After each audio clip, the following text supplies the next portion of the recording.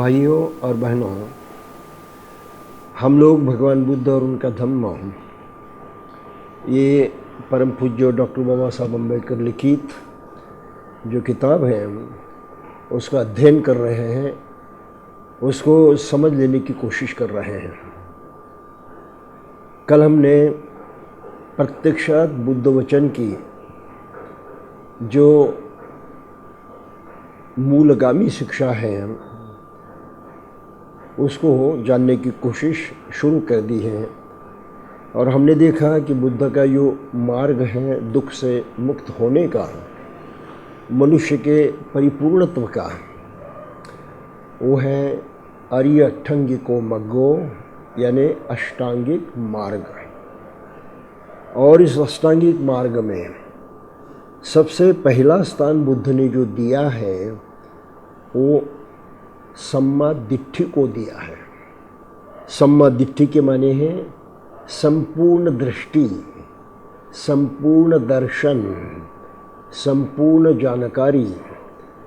जब तक हम इस जानकारी को संपूर्णतः हासिल नहीं करते, सभी चीज़ों को सही सही असलियत में नहीं पहचानते, तब तक उनके बारे में किस तरह से व्यवहार करना है ये हमारे समझ में नहीं आ सकता। और ये नासमझी हमको बहुत महंगी पड़ती है, क्योंकि इसी नासमझी के कारण मनुष्य हर चीज़ को सही सही जानने के बजाय उसका सही इस्तेमाल करने की नीति अपनाए बगैर गलत तरीके से व्यवहार करता है। स्वयं से, अपने से, परायों से, यहाँ तक सृष्टि से भी वो गलत तरीके से व्यवहार करता है और ये सभी दुखों का मूल कारण है। तो हर चीज़ को जैसे कि वैसी जानना, उसकी असलियत क्या है, उसकी विशेषताएं क्या हैं, उसके परिणाम क्या होते हैं, और हम अगर अपने सुख के लिए जीना चाहते हैं तो हर चीज़ को हमें अपने सुख के तरीके से, सुख मिले इस तरह से, किस तरह से अमल में लाए, किस तरह से समझे और प्रयोग करे, ये जानना निहायत ज़रूरी है। इसी ज्ञान के अभाव को अज्ञान कहा जाता है। तो बुद्ध के अज्ञान की ये पहली व्याख्या है जो हमें ध्यान में रखनी चाहिए कि हर चीज़ की असलियत को जैसे कि वैसा हम नहीं जानते, इसलिए हमारा अज्ञान है। अब इससे बढ़कर और भी अज्ञान है कि हर चीज़ को जैसे वैसे जानने के बावजूद भी हमें दूसरी एक नीति को अपनाना होता है। वो नीति ये है कि जिस चीज़ का जिस तरह से मैं प्रयोग करूं, उपयोग में लाऊं, क्या उससे मेरा सुख वृद्धिंगत होने वाला है, मेरा कल्याण होने वाला है या नुकसान होने वाला है। क्या यह हर चीज़ सुखदायी परिणाम को प्रकट करती है। जैसे मैंने उसका इस्तेमाल किया तो उस इस्तेमाल से जो परिणाम निकल आएगा वो सुखदायी है मेरे लिए या नहीं है, वो सुखदायी है औरों के लिए या नहीं है, वो सुखदायी है हम दोनों के लिए, मेरे लिए और औरों के लिए, या वो दुखदायी है हम दोनों के यानी मेरे लिए और औरों के लिए। अगर जो कुछ हम उस चीज़ का इस्तेमाल करें, जैसे भी कुछ व्यवहार करें इन बातों को लेकर, इससे अगर मेरा भी भला होता है, औरों का भी भला होता है, ये कल्याणकारी ही नतीजा देता है, तो इसी चीज़ को हमें अपनाना चाहिए जिसे कुशल आचरण कहा गया है। तो एक कुशल बहुत ही मायने रखता है, कुशल बहुत ही महत्वपूर्ण होता है। अगर इस कुशल को हमने नहीं अपनाया तो हम अपनी ज़िंदगी में कभी भी सुखदायी परिणामों को अपना नहीं पाएंगे, प्रकट होने नहीं देंगे और उसका फ़ायदा नहीं उठाएंगे। तो कुशल अकुशल ज्ञान यानी सुखदायी या दुखदायी परिणाम, इसको अगर हमने नहीं जाना, उसका ठीक से प्रयोग नहीं किया, तो हम सुख के मार्ग पर आगे नहीं बढ़ सकते हैं। और यही सम्यक दृष्टि का महत्वपूर्ण स्थान है। प्रथम स्थान है सम्यक दृष्टि का। पहले पहल सम्यक दृष्टि का होना जरूरी है। और इस दृष्टि को पाने के बाद फिर हमें संकल्प करना पड़ता है, निश्चय करना पड़ता है, प्रतिज्ञा पड़नी पड़ती है कि हम सुखदायी परिणाम निकले इसी तरह से व्यवहार करेंगे। हर चीज़ का प्रयोग उसी तरह से करेंगे। हर व्यवहार में इसी मत को, इसी तत्व को अपनाएंगे। तो उसको सम्मा संकल्प कहा है। संकल्प के माने निश्चय है। संकल्प यानी पूरी तरह से उसको अपनाने की मानसिकता है। और इस संकल्प के कारण ही हम अपने में एक अलग तरह की ऊर्जा पैदा करते हैं, जिसको हम उत्साह कहते हैं, जिसको हम प्रेरणा कहते हैं। और ये प्रेरणा या उत्साह जब हमें मिल जाता है, ये ऊर्जा प्रकट होती है, तो हम उस मार्ग पर चलने के लिए बिल्कुल तैयार हो जाते हैं और प्रत्यक्षात आचरणशील बनते हैं। तो ध्यान में रहे कि आचरणशील बनना कोई सामान्य बात नहीं है, बिल्कुल आसान बात नहीं है। इसके लिए दो बहुत ही मूलगामी तत्व हैं जिनको हमें अपनाना पड़ता है, जिनका विकास करना पड़ता है। और ये तत्व है, हम हर चीज़ को जैसे कि वैसा जाने, यानी अपने दिमाग का प्रयोग करें, जिसके बारे में हमने पिछली बार कहा है कि प्रज्ञा के 3 अंग होते हैं। इसमें से पहले 2 अंग जो हैं हर आदमी के पास होते हैं और उनका प्रयोग वो करता है। ये है सूतमया पहिया और चिंतमया पहिया, यानी जानना, समझना, जानकारी लेना, ज्ञान प्राप्त करना सूतमया प्रज्ञा है। और चिंतमया प्रज्ञा है कि इसके बारे में सोचना, क्या ये काम की चीज़ है या गैर काम के हैं, सुखदायी है या दुखदायी है, कल्याणकारी है या नहीं है। इसको कुशल अकुशल कहा है। इस ज्ञान को जानना, ये चिंतन करना आवश्यक है।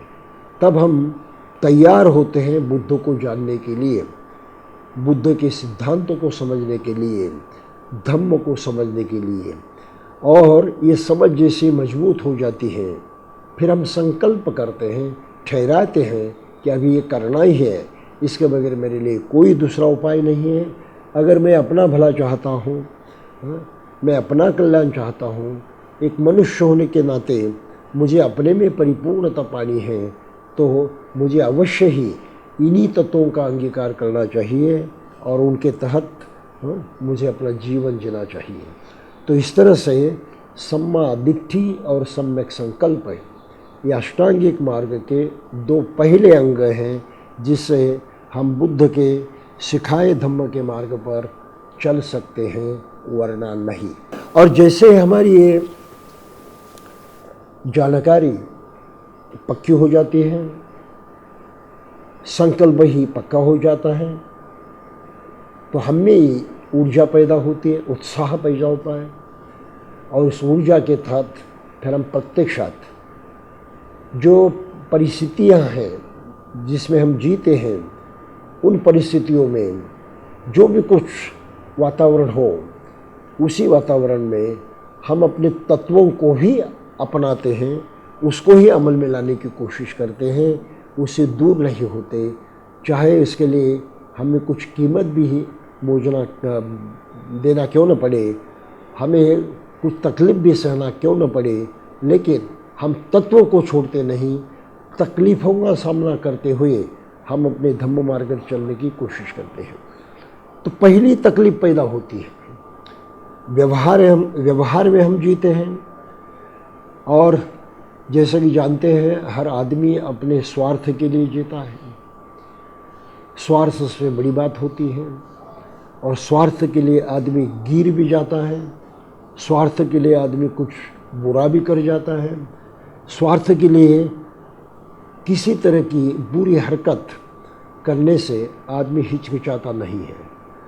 तो ये वातावरण जो है, जिस जगत में हम जीते हैं, ये स्वार्थ परायण है, और ये स्वार्थ परायणता के कारण उसमें बहुत कमजोरियाँ होती हैं, उल्टे सीधे व्यवहार होते हैं, और उल्टे सीधे व्यवहारों में एक दूसरों को फंसाने की, एक दूसरों का गैर फायदा उठाने की, एक दूसरों पर अन्याय करने की, लूटने की, तकलीफ देने की ढेर सारी बातें होती हैं, जिसे हम कहते हैं ये संसार है सुख और दुखों से भरा हुआ।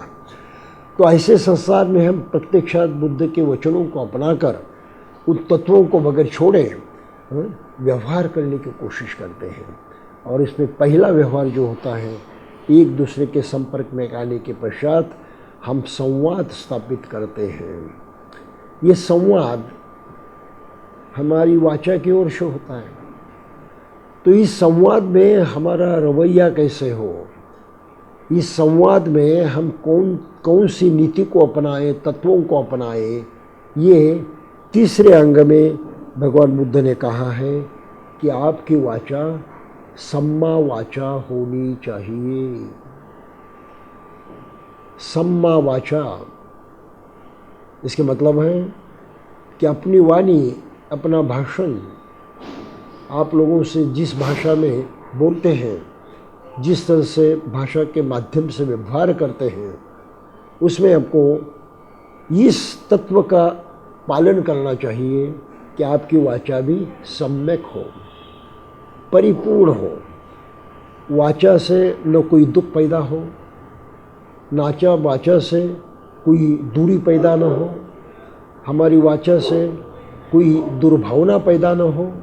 इस तरह से हमें ख्याल रखते हुए एक दूसरे से बातचीत के जरिए संपर्क स्थापित करना जरूरी होता है। तो सम्मा वाचा, इसमें फिर पहला तत्व आ जाता है कि हम झूठ ना बोले। झूठ बड़ी भारी बला होती है। झूठ से मनुष्य जीवन में बहुत दुख पैदा होता है, परेशानियां पैदा होती हैं, और ये हमारे बोलने की वजह से होती है। तो हमें इस बात पर जोर देना चाहिए कि चाहे कुछ भी हो, हम सत्य की सेवा और दूसरी वाचा का प्रयोग नहीं करेंगे, असत्य से हम दूर रहेंगे, क्योंकि असत्य जो है दुख को पैदा करता है, अकुशल है। सत्य जो है सुख को पैदा करता है, कुशल है। तो कुशल का तत्व अपनाते हुए हमें अपनी वाचा सत्य ही रखनी चाहिए। ये पहला तत्व है सम्मा वाचा में। और फिर उसमें और भी दूसरे तत्व आ जाते हैं। हम ऐसी कठोर वाणी का प्रयोग न करें, कड़ी भाषा का प्रयोग न करें, गालियां वगैरह न दें, किसी को अपमानित न करें। तो इस तरह से और एक वाचा होती है जिसको फरुस्सा वाचा कहा है, कठोर है, दुख पैदा करने वाली है, मानसिक हानि करने वाली है। तो हम कठोर वचनों से दूर रहें। हमारी वाचा मृदु होनी चाहिए और वो लोगों को अच्छी लगनी चाहिए, उनको स्वीकार करने जैसी लगनी चाहिए। और इसलिए कठोर वाचा का प्रयोग करना भी गलत है, जो अकुशल वाचा कही जाती है। और फिर तीसरी भी बात है कि हम आपस में कहीं कहीं विद्वेष फैलाने वाली बातें करते हैं, जिसको हम चुगली कहते हैं। चुगली करना, हम जानते हैं कि उसका परिणाम क्या होता है। चुगली करने से दो व्यक्तियों में झगड़े होते हैं, दूरी पैदा होती है, और इस दूरी के कारण उनका आपसी व्यवहार अकुशल हो जाता है और दुखदायी होता है। तो चुगली करना ये भी गलत भाषा का प्रयोग है, वो सम्यक वाचा नहीं है। इसलिए हमें चुगली से भी दूर रहना जरूरी है। और फिर बारंबार इस तरह से होता है कि लोग बिल्कुल फिजूल की बातें करते रहते हैं, गपशप करते रहते हैं, जिसका कोई अच्छा परिणाम नहीं होता। बातें ही बातें चलती रहती हैं, एक विषय के बाद दूसरा विषय, दूसरे के विषय बाद तीसरा विषय, बस सब ऐसे ही बातों बातों में बह जाते हैं। परिणाम कुछ भी अच्छा नहीं निकलता, किसी को उसका फ़ायदा नहीं होता, उल्टा मात्र होता है कि हमारा समय बर्बाद हो जाता है। और समय बर्बाद होना यानी हमारी ज़िंदगी के उन क्षण नष्ट करना है, यानी हमने अपने जीवन को ही बर्बाद कर रहे हैं।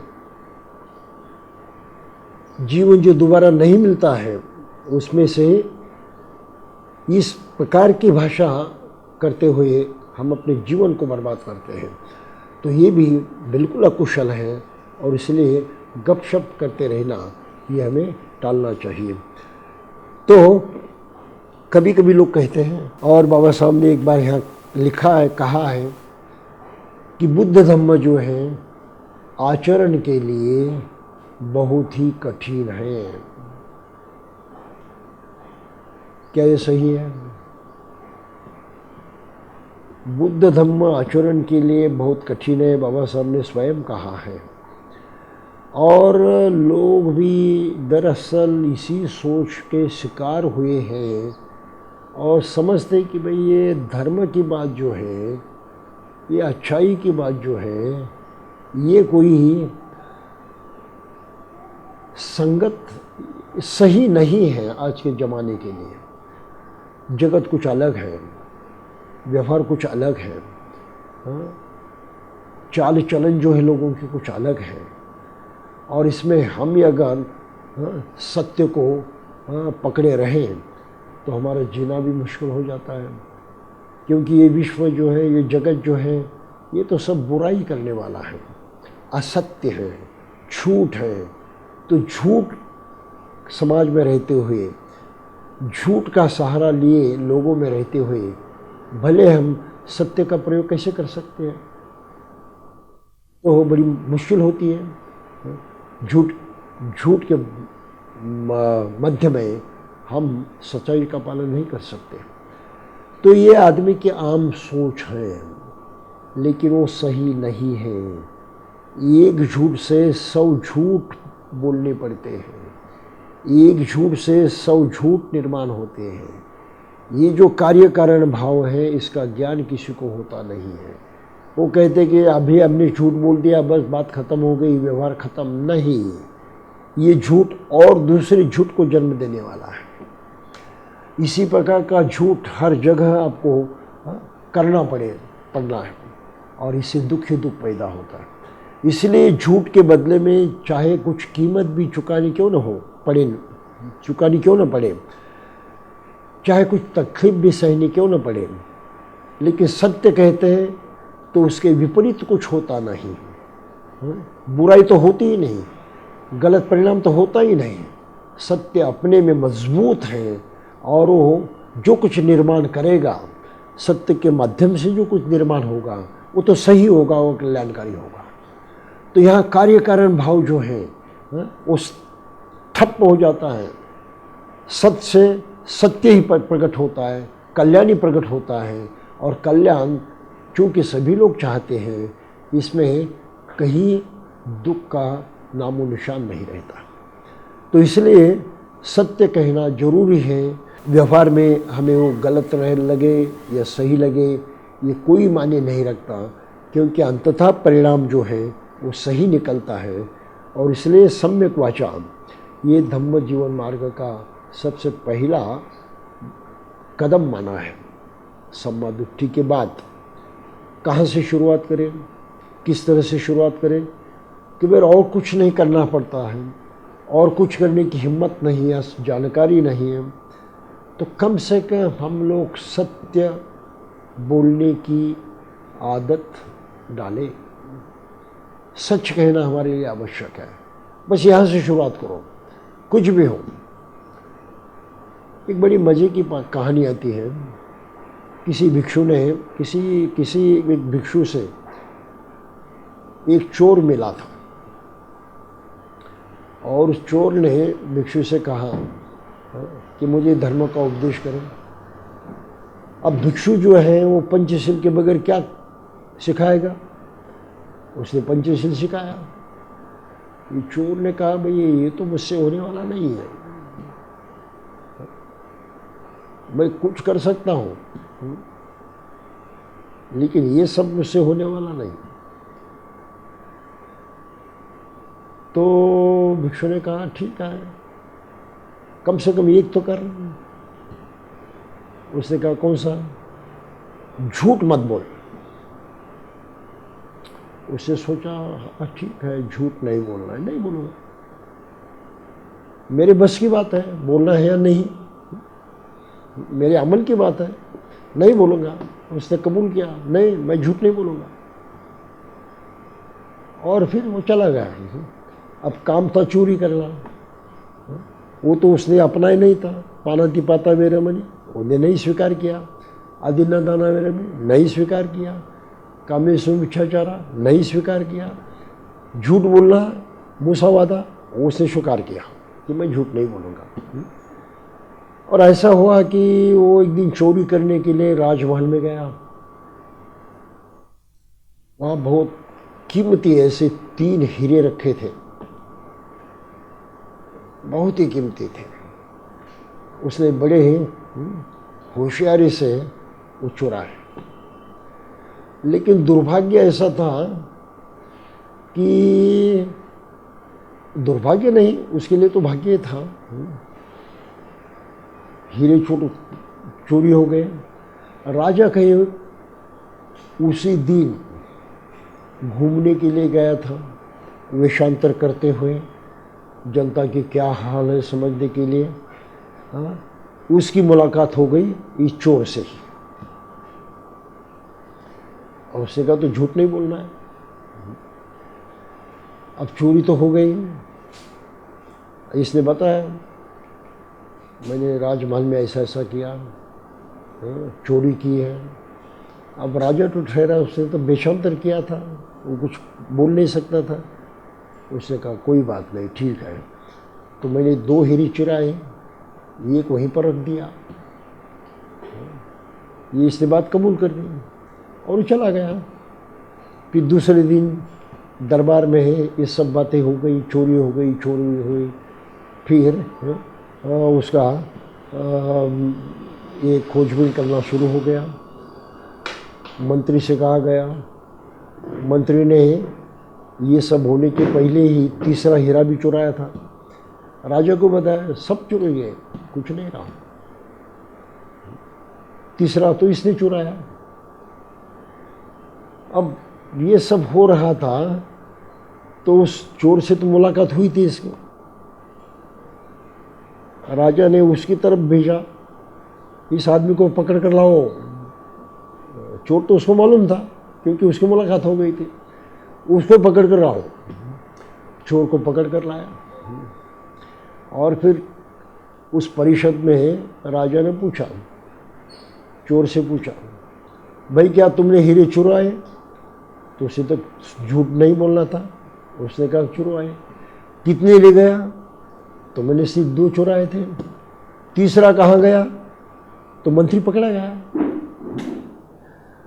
तो उसके झूठ सत्यवादी से नतीजा क्या हुआ? दूसरे भी झूठ लोग पकड़े गए और फिर उसके सच्चाई का इनाम राजा ने उसको वो 2 ही हीरे दे दिए। परिणाम तो सही निकला। एक सील का आचरण करने के पश्चात भी उसका कोई नुकसान नहीं हुआ। आखिर तो चोर था, वो सजा के योग्य था,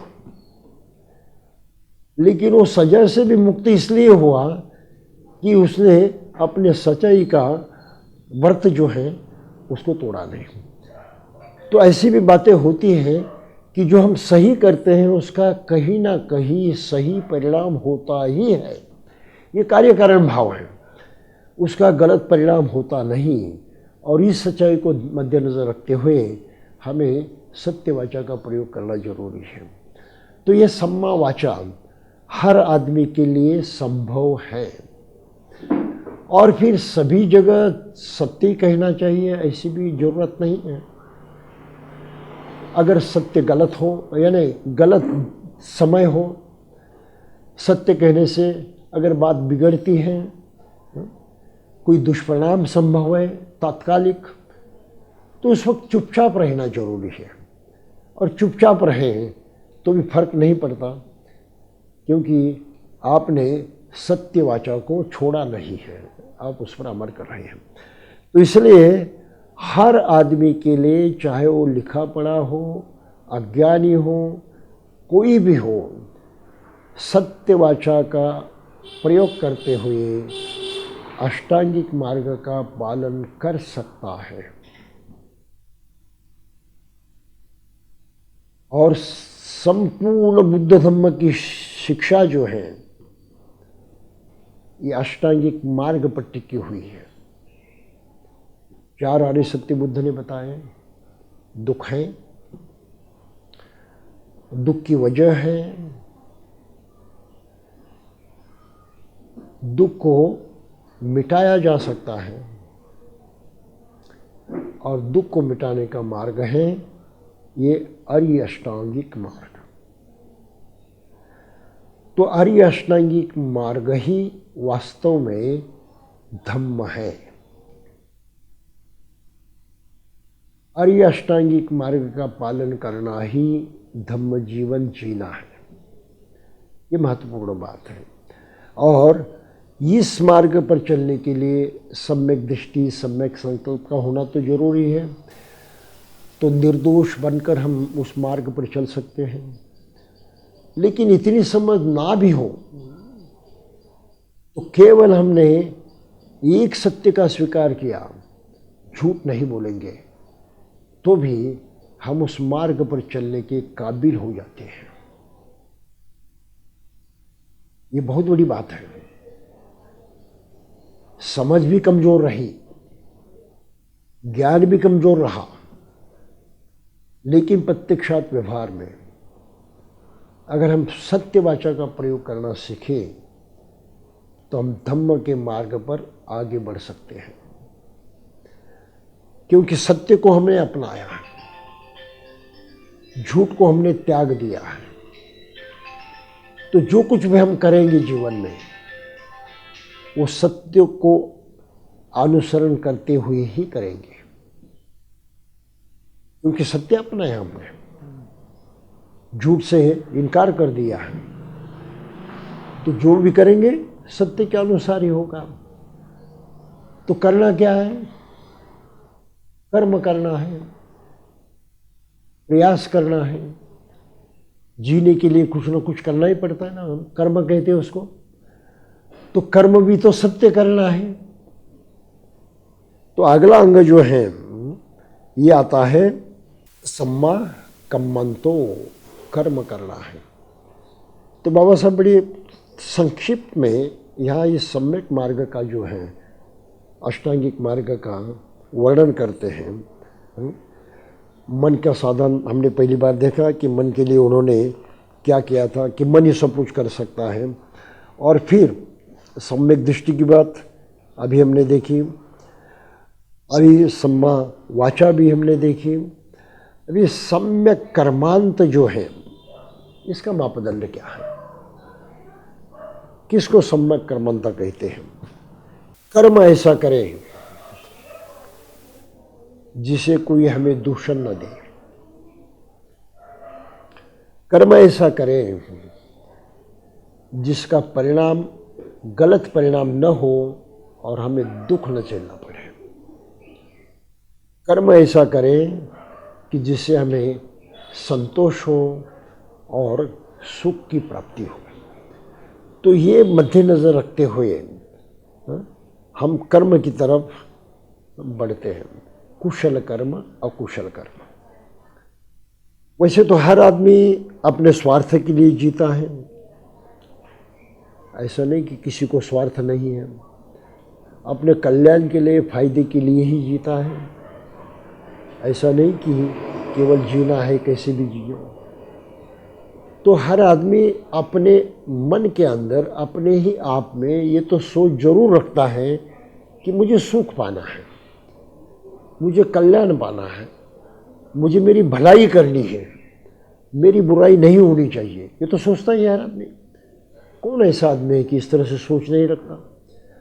और जब भलाई की बात आती है तो कहीं ना कोई उसको लगता है कि जिस करने से भला होता है वही करना चाहिए। ये तो सामान्य जानकारी है, कोई खास बुद्धिमानी की बात नहीं है। तो जो करने से भलाई होती है वो करना चाहिए। और इस तरह से सत्य जो है मनुष्य को ऐसा कर्म करने के लिए प्रेरित करता है जिससे भलाई हो, सम्मा कम्मंता। तो इसके भी कुछ मापदंड जो है वो निश्चित किए हैं।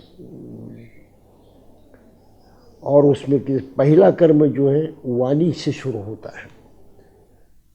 वाणी का हमने प्रयोग ठीक से शुरू किया तो भी जीने के लिए हम उस तरह से प्रयास करते हैं।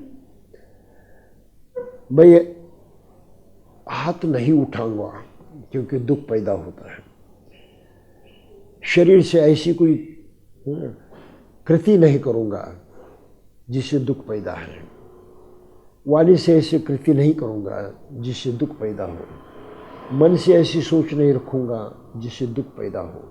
ये तो सामान्य सी बात है। और धीरे धीरे आदमी उसको समझते रहता है और उसका अनुसरण करने में लगा रहता है। तो सम्यक कर्मंत वाणी के बाद चौथा अंग है। और फिर पांचवा है सम्मा आजीवो। आजीवो के माने हैं जीवित रहने के लिए जो हम कष्ट करते हैं, वो कष्ट जो है कमाने की जो कुछ कोशिश करते हैं, जो कुछ काम करते हैं, ये कमाने का काम भी हमारा ऐसा हो जिससे दुख पैदा ना हो और किसी के दुख के लिए हम कारण न बने। तो हम इस तरह से हमारा गुजारा करें, इस तरह से काम करते हुए हम जीवित रहें जिससे और किसी का नुकसान न हो और किसी के बारे में दुख पैदा ना हो। तो ऐसे कौन से कामकाज है जिसके कारण औरों के लिए दुख पैदा हो सकता है? तो इसमें सबसे पहला स्थान दिया है हिंसा को। प्राणी मात्र की हिंसा करते हैं, ढेर सारे प्राणियों की जान लेकर स्वयं जीवित रहते हो, ये गलत तरीका है जीने का, गलत तरीका है। तो प्राणियों का व्यापार करते हुए, प्राणियों की हिंसा करते हुए किसी भी आदमी ने अपनी जीवनचर्या नहीं चलानी चाहिए, कमाने का वो साधन नहीं बनाना चाहिए। ये गलत साधन है। तो इस पर बहुत भारी जोर दिया जाता है। तो समझ में आता है? तो ये हमारे जीवन जीने का तरीका नहीं होना चाहिए। वो बात उस दिन मैंने कही थी शायद। मेरे अपने एक दोस्त हैं जो इंग्लिश भिक्षु हैं और आजकल वो ऑस्ट्रेलिया में रहते हैं।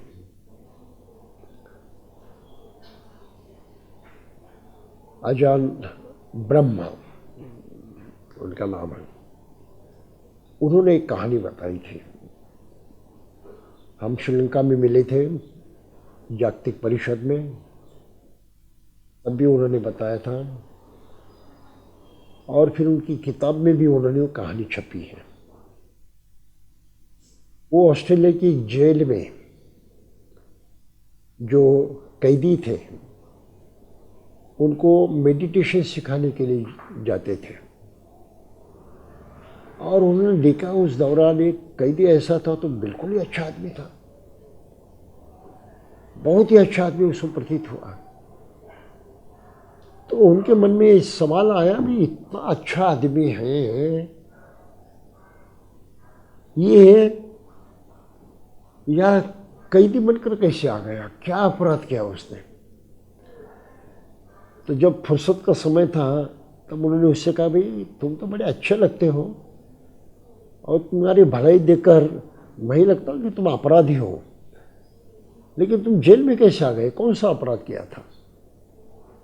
तो उसने कहा, कोई खास अपराध नहीं है, मैं एक स्लॉटर हाउस में काम करता था, यानी प्राणियों का कत्ल करने का जो कारखाना होता है, स्लॉटर हाउस, और मेरा काम था प्राणियों को काटना। वो सब मशीन पर चलता था। तो ऐसे एक चैनल रहता था, हाँ, दोनों ओर से स्टील के लगाए हुए, और उसे जानवरों को आगे ले जाते थे। तो स्लॉटर हाउस के करीब जाने के साथ ही साथ प्राणी जो है बिल्कुल बिखर जाते थे, उनको अपनी मृत्यु की बात आती थी और वो दूर भागना चाहते थे, लेकिन उनको बांध कर पकड़ कर उस चैनल पर वो उनको आगे आगे ले जाते थे।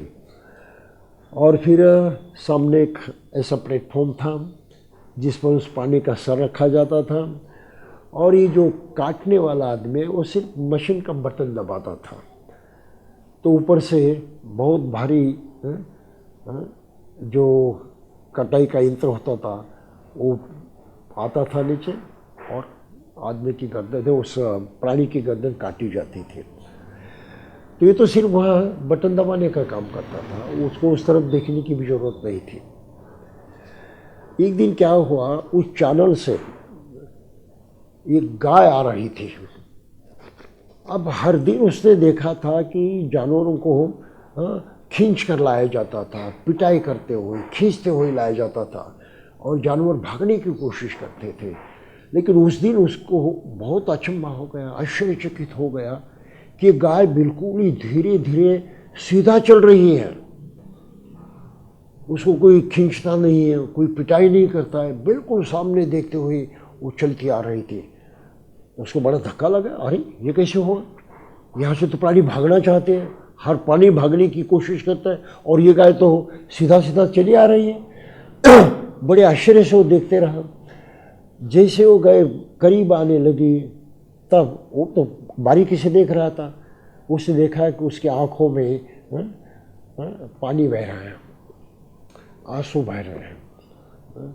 अब गाय की आँखें बड़ी बड़ी बड़ी आँखें होती है, लेकिन फिर भी वो बिल्कुल एक एक कदम आगे बढ़ते हुए चली आ रही है। ये बहुत व्याकुल हो गया, इसके मन में दुविधा पैदा हो गई है, जैसे माने करुणा जग गई है।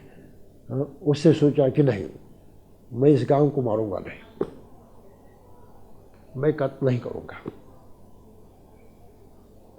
अपनी जगह छोड़ दी उसने।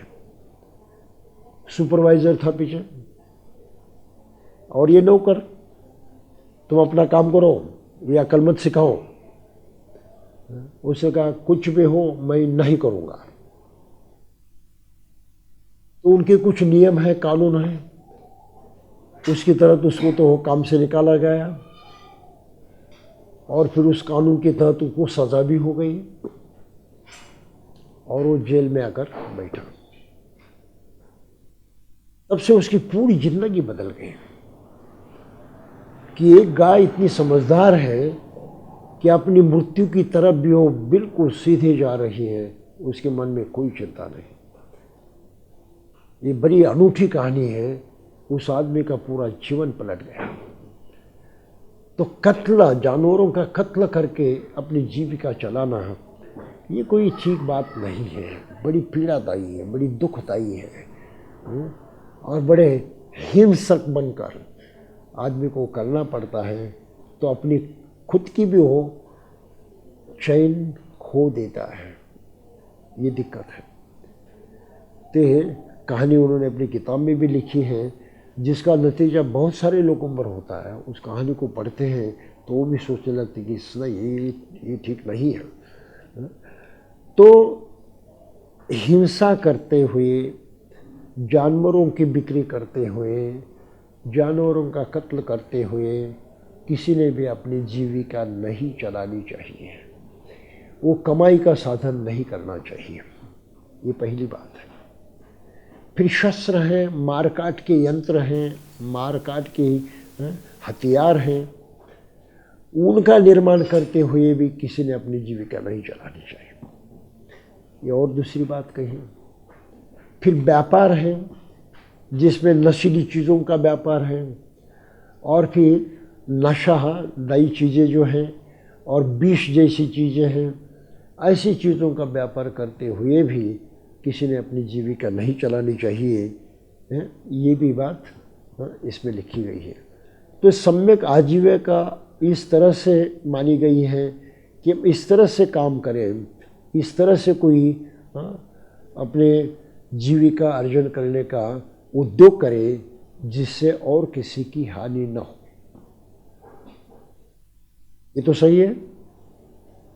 और बौद्ध कहने वाले लोग ही अगर दारू की फैक्ट्री चलाए और दुकान चलाए तो है ना।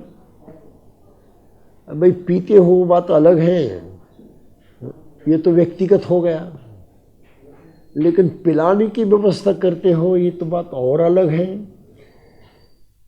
आपकी शायद हानि नहीं होगी, लेकिन ढेर सारे लोगों की हानि तो तुम कर रहे हो। ये तो बात सही है। तो इन बातों पर भी ध्यान देना चाहिए कि बौद्धों की ऐसी दुकानें नहीं होनी चाहिए।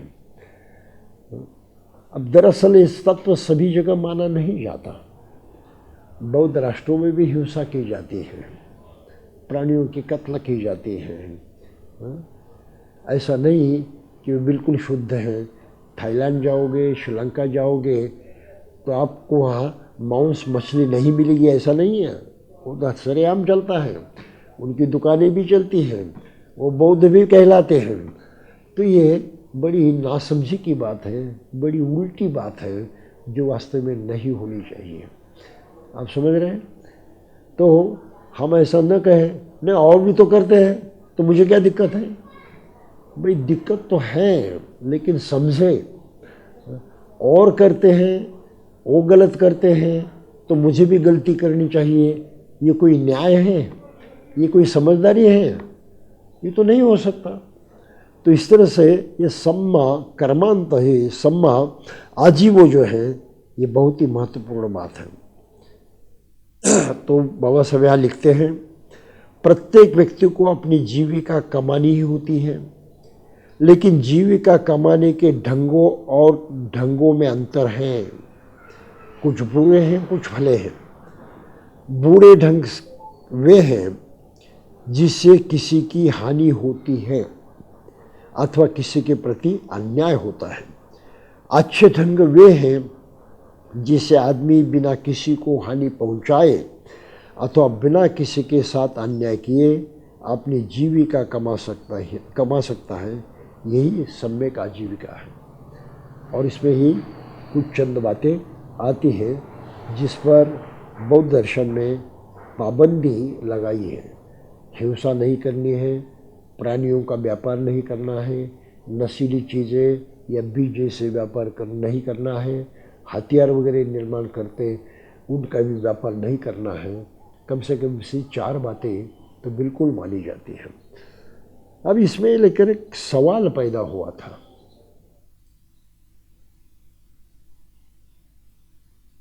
और ये सवाल इस तरह से पैदा हुआ कि अक्सर लोग कहते हैं, और बौद्ध जगत में भी ये मान्यता है जो सही नहीं लगती। लोग अक्सर कहते हैं, कभी कभी भिक्षु भी लोगों को उत्साहित करने के लिए, प्रोत्साहित करने के लिए कहते हैं कि बौद्ध राष्ट्रों में लोग इतने श्रद्धालु हैं कि हर घर में माँ बाप अपने एक बच्चों को भिक्षु संघ को दान देते हैं, धम्म के लिए दान देते हैं। ये बातें अक्सर बोली जाती हैं। एक लड़का संघों को दान देते हैं, यानी उसको भिक्षु बनाते हैं। ये रीति चल रही है। श्रीलंका और कुछ देशों में ऐसी मान्यता है। क्यों अनुकूल नहीं है? मनुष्य कोई चीज नहीं है, वस्तु नहीं है। उठाई और किसी को दे दी। मनुष्य एक जीवित प्राणी है, उसका अपना जीवन है खुद का। उस जीवन को चलाने का हक उसका है। क्या करना चाहिए क्या नहीं, हक उसको है। केवल वो आपका बेटा है इसलिए आपका अधिकार उस पर नहीं है, वो हो नहीं सकता, क्योंकि चीज नहीं है, वस्तु नहीं है। आप उसको बेच नहीं सकते। बेचने के माने हैं आप उसको किसी को देंगे और उसका कुछ फायदा उठाएंगे, उससे कुछ पाओगे, ये लेन देन हो गया। तो जिस तरह से हम अपने बच्चों की लेन देन नहीं कर सकते, उसी प्रकार हम बच्चों को दान भी नहीं दे सकते। दान भी लेन देन का ही व्यवहार है, लेकिन आधा है। लेन देन में आप देते हैं वस्तु को और उसका मुबदला पाते हैं, उसके बदले में कुछ पाते हैं। दान आप देते हैं किसी और को, लेकिन उससे कुछ पाते नहीं, इसलिए वो आधा व्यवहार माना जा सकता है। तो जीवित प्राणी को दान देना ये किसी के भी लिए उचित नहीं माना गया है। जीवित है और खासकर मनुष्य है और उसका अपना जीवन पर अपना पूरा अधिकार है, किसी को उसको दान करने का अधिकार नहीं। तो ये जो बौद्ध जगत में मान्यता है ये गलत मान्यता है, ये सही मान्यता नहीं है। मुझे उसका बहुत अलग तरीके से अनुभव आया है। कुछ श्रीलंकन बौद्धों से मैं बात कर रहा था, भिक्षुओं से बात कर रहा था, और एक भिक्षु तो बड़ा अच्छा भिक्षु था, उसने मुझे बिल्कुल साफ तरीके से बता दिया, बंटी जी मैं तो भिक्षु नहीं बनना चाहता था, लेकिन हमारे देश में मान्यता है कि लड़कियों को अगर दान दे दिया, भिक्षु संघों को, धम्मों को दान दे दिया, भिक्षु बनाया, तो माँ बाप को बड़ा पुण्य मिलता है और उनको स्वर्ग प्राप्ति हो जाती है। यह अज्ञान है श्रीलंका में आज भी। मेरी तो बिल्कुल इच्छा नहीं थी, मैं भिक्षु बिल्कुल चाहता ही नहीं था, फिर भी मुझे भिक्षु बनाएगा। तो मैंने फिर तुम पे कैसे जी रहे हो? मुझे कोई इंटरेस्ट नहीं है, बस आम आदमी जैसे जीते वैसे मैं जी रहा हूँ। ये भिक्षु जीवन से मुझे कोई लेन देन नहीं। क्या फायदा हुआ? आपने एक आदमी का जीवन बर्बाद कर दिया। तो ये गलत फहमी नहीं होनी चाहिए। एक बार कोई महिला मेरे पास आई थी उरुवेला कॉलोनी में, उस हॉल में प्रोग्राम था, उसका 10-12 साल का लड़का था। बंटी जी मैं उसको दान देना चाहती हूँ। मैंने उसको बहुत फटकारा, ये गलती मत करना। तो उसने कहा नहीं तो सारे तो भिक्षु कहते हैं अपने लड़कियों को दान दे दो धम्म के लिए, और झूठ लोग हैं, इनकी बात मत मानो। जीवित प्राणी, जीवित आदमी दान देने की वस्तु नहीं है। जाते जात दे, ये ध्यान में रखना चाहिए। और इसलिए फिर वो श्रीलंकन भिक्षु ने मुझे ये कहा कि इस प्रकार की जो भिक्षु बौद्ध राष्ट्र में हैं वो सही ढंग से भिक्षु जीवन नहीं जी पाते। तो भिक्षु संघ में भी दुराचार फैल जाता है। गलत व्यवहार करने वाले भिक्षुओं के कारण संघ की शुद्धि जो है वो भी कमजोर हो जाती है और उसका बुरा असर आम जनता पर भी होता है। तो भिक्षुओं का सही ढंग से होना और उनको अपने मन के मुताबिक स्वतंत्र पूर्ण भिक्षु जीवन का अंगीकार करना संभव होना चाहिए। उन पर कोई भी ऐसी जबरदस्ती नहीं होनी चाहिए। तो ये भी सम्यक आजीविका नहीं है। और ये सुख पाने का, स्वर्ग पाने का तरीका भी नहीं है। बुद्ध ने स्वर्ग की बात नहीं कही कि तुम स्वर्ग को हो पालो, अष्टांगिक मार्ग का पालन करोगे तो स्वर्ग चले जाओगे। ये बुद्ध की भाषा नहीं है, ये थोड़ा फर्क समझ लेना। बुद्ध स्वर्ग की बात नहीं करते। अगर अष्टांगिक मार्ग उनके धर्म का सार है, संपूर्ण धम्म की यही शिक्षा है, तो अष्टांगिक मार्ग का पालन करते हुए आदमी निर्वाण को प्राप्त होता है, सर्व सुखदायी अवस्था को प्राप्त होता है।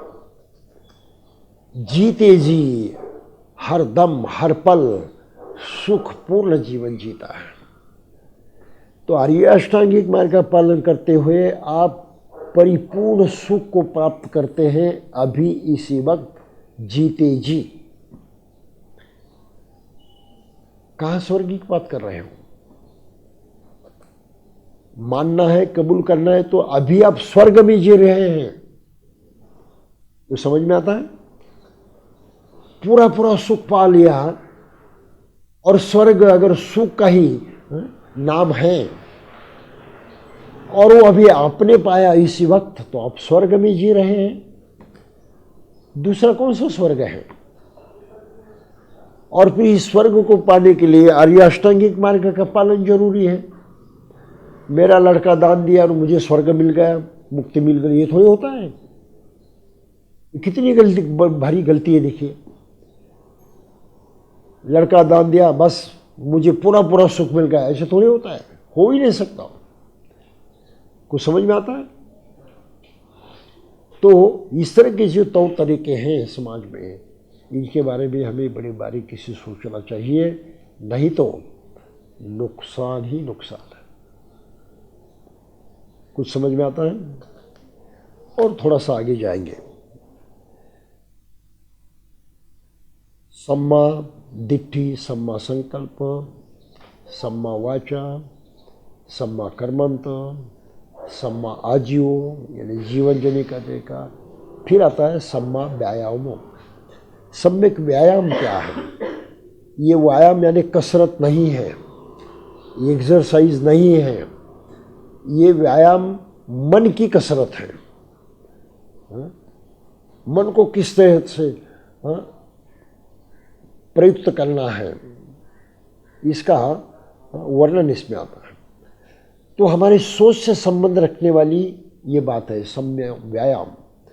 हमारी सोच का तरीका कैसे होना चाहिए और उस सोच को हमें किस तरह से प्रयोग में लाना है। तो इस सोच करने का जो तरीका है, ये अविद्या को नष्ट करने का महत्वपूर्ण रास्ता है और उसके 4 उद्देश्य हैं। पहला उद्देश्य है, अपने चित्त में अष्टांगिक मार्ग के विरोध में जो प्रवृत्तियां पैदा होती हैं उनको रोकना। दूसरे शब्दों में, बिल्कुल सरल शब्दों में, अकुशल जो प्रवृत्तियां होती हैं, विचार आते हैं, अकुशल विचार, उनको रोकना है। मन में उनको आने नहीं देना। आते तो रहेंगे लेकिन हम उसको रोकते रहेंगे। बात समझ में? अकुशल सोच नहीं रखेंगे, अकुशल सोच से दूर रहेंगे। तो मन को इस तरह से हम व्यायाम देंगे, मन की कसरत शुरू करेंगे।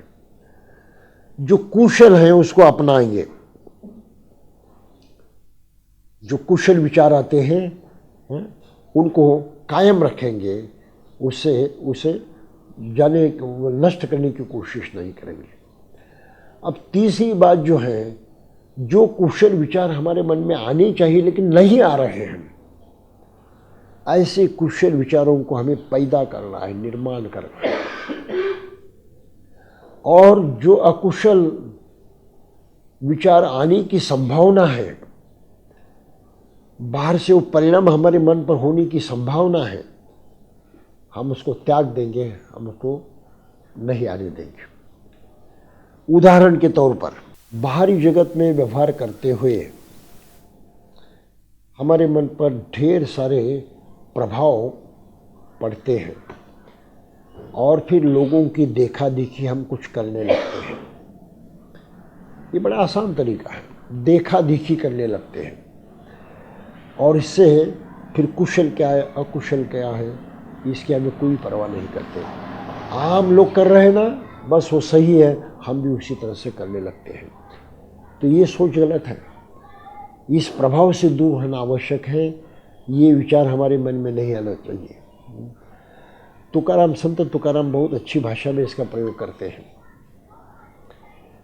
इसी सम्यक व्यायाम के बारे में उनकी बात है। सत्य असत्यासी केले मन साक्षी, सत्य असत्य केले मन साक्षी, जुमान ले नाही बहुमता। बहुमत जो है, आम लोगों का मत जो है, सोच है, उसकी मैंने परवाह नहीं की, उसकी कोई कीमत नहीं की। सत्य असत्य से केले मन ग्वाही, सत्य असत्य से केले मन ग्वाही। जो सत्य है, जो असत्य है, उनको मैंने जाना, उनकी साक्ष्य पहचानी, क्या सत्य है क्या असत्य है, और इस तरह से मैंने व्यवहार किया। केवल आम जनता करती है, सोचती है, इसकी मैंने कोई परवाह नहीं की। सत्य असत्य सी केले मन ग्वाही, जुमा निले नाही बहुमता। तो सम्यक व्यायाम संत तुकाराम की भाषा में इस तरह से आ जाता है। हम सत्य के ही पालन करें, उसके बदले और कुछ ना करें।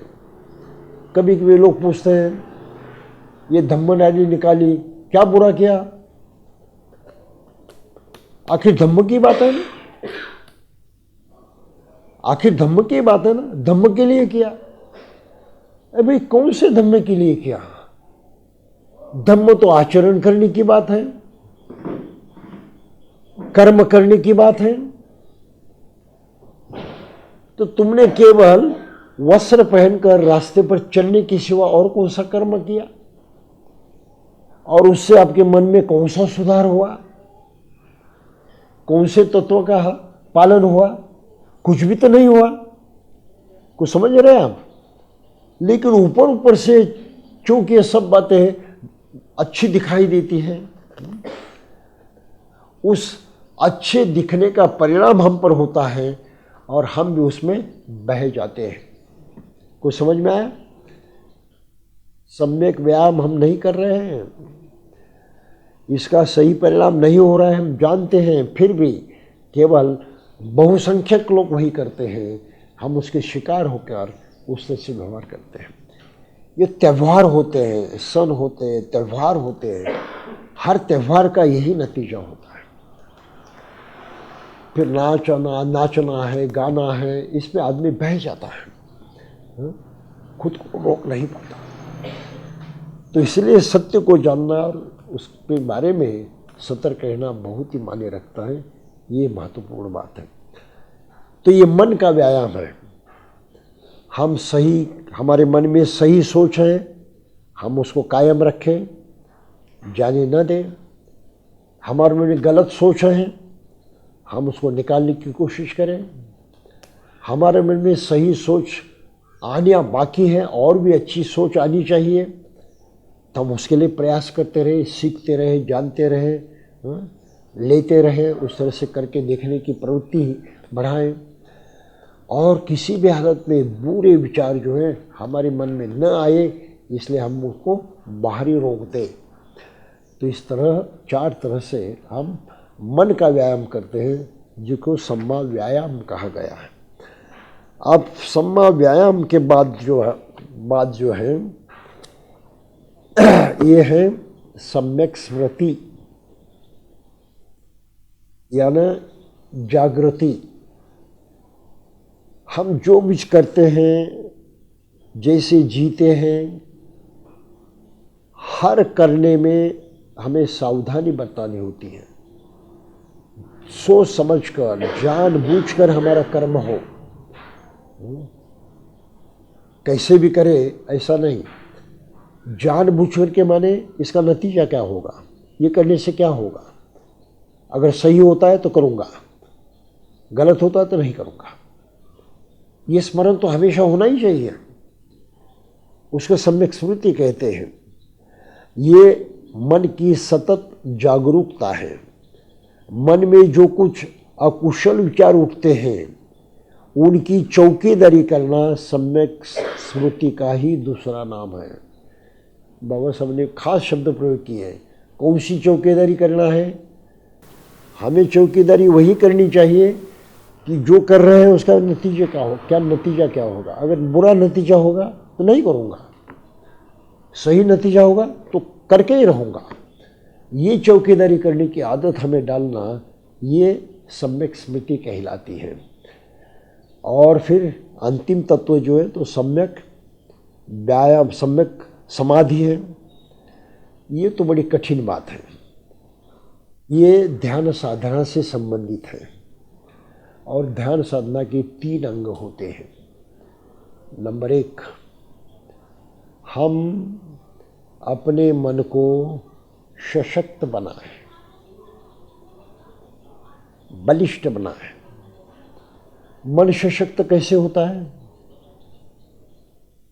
मन तभी सशक्त होता है जब वो एकाग्र हो जाता है। एकाग्रता मन की शक्ति है, चंचलता दुर्बलता है। मन हमेशा यहाँ वहाँ दौड़ते रहता है, चंचल है, अस्थिर है। अस्थिरता में शक्ति नहीं होती, स्थिरता में ठोसपन है, शक्ति होती है।